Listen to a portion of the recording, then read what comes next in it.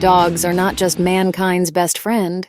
These adorable furry companions can also adapt to the modern world, just like we have. Many people can find our own civilization overwhelming. So imagine how these stray dogs have taught themselves to use pedestrian crossings for their own safety. And even some, using their natural herding instincts, will use these crossings for the safety of their primate friends. Good morning, Jake. How are you doing, buddy? Hi. All right, go to your seat.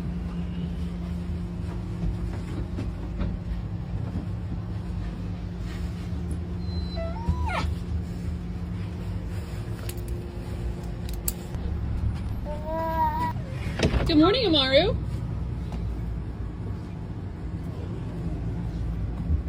Hi, buddy. There's some snow on him. In many cases, dogs can be socialized by their human companions into using technology and infrastructure, You get in your seat, buddy? like riding in a car or on a bus. Excuse me, Jake. As dog lovers know, it can be a lot of fun for the animals. But some dogs are independent enough to undertake these travels by themselves. That was the case for Seattle man Jeff Young, who once noticed his black Labrador Eclipse was missing. Here's the story in his words. I'm Jeff, and this is Eclipse. And this is a bus stop, actually, where she jumped on by herself for the first time. It was crowded then, and I was talking to some friends over here. The bus pulled up, wasn't paying attention to her. She wasn't on a leash because she goes leashless, and turned around, she was gone. It was panic for a minute, and I was able to figure out she got on the bus.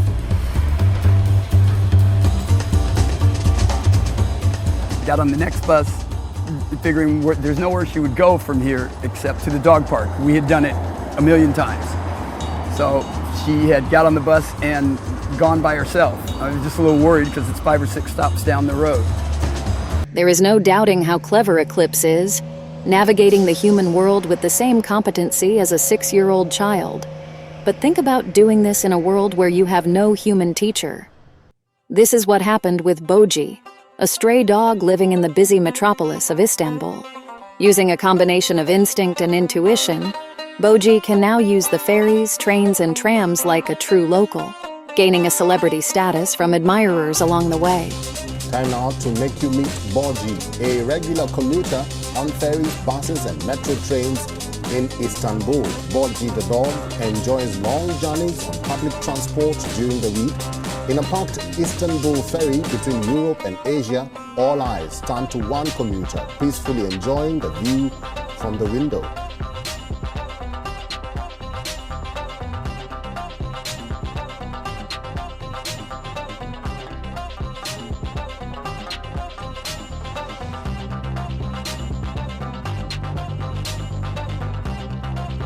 Boji is a trailblazer who has wiggled his way into the hearts of his fellow commuters. But if one day he had puppies and raised them to use the transit system like he does, in many generations you would have the same situation as Moscow's metro dogs. There are 35,000 stray dogs in Moscow, a number of which use the city's railways. They ride the passenger cars with purpose and confidence and can recognize their stations. Where Boji seems to spend his time riding around, the dogs of Moscow are looking for the most direct route to their stops. They have forged their own niche in Moscow culture and are more than comfortable as commuters.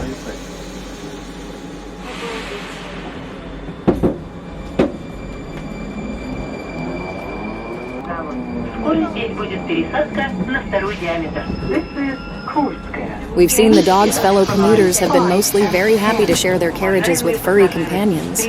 But how ready are you to share the roads with our four-legged friends? Imagine you are driving along and look at the driver to your left, and they look back at you with a long, salivating tongue. Well, that may happen if you're driving on the roads of Shillong in India and you overtake Toby. Toby is just a really talented pet who handles the steering while his master Ram Bilhus Radha handles the clutch, brake, and accelerator. How do the police allow this, I hear you ask? Well, Ram is also the chief constable of Shillong Police.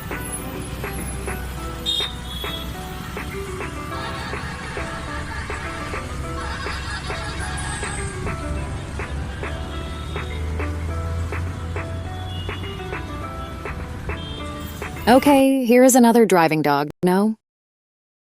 No. Here we go. This is Bud from Nevada. For some reason, he drives uninhibited with his owner, Bill Williamson. I suppose it makes sense. In Nevada, a dog is allowed to open carry.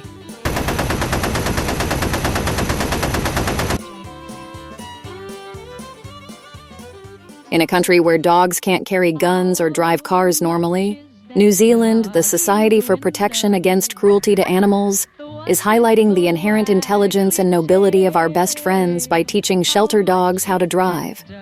They are put through an 8-week training course before being taken to a track and put behind the wheel of speed-limited cars with modified controls, where they are in charge of the entire process: ignition, gears, acceleration, braking, and steering. The point they want to show is all dogs have natural intelligence and can be trained. So please consider shelter animals when selecting a pet. You will always get a lovely, caring companion from the SPCA, or the equivalent in your country. The one with the waggly tail. How much is that doggy in the window? I do hope that dog is for sale. I read in the papers there are robbers with flashlights that shine in the dark. If he has a doggy to protect him, he'll scare them away with one bar. So now we know dogs can drive cars. Should they drive cars? First of all, cars are designed for bipeds, not our quadruped friends. Dogs adapt very well to skateboards and surfboards thanks to their 4 points of contact and low center of gravity. By small shifts of their weight, they can guide their vehicles precisely. A button or switch on the ground would work far better for them than pedals. Secondly, if dogs drove cars, incidents of hit and runs against postmen and women would increase by 500%. In summation, I think we should look at when a dog is happiest. And that's always in familiar places like the home and park, surrounded by the people they love. Some dogs can drive, but not all dogs should. But all dogs can be loved by people. Thanks for watching. Please like and subscribe for more.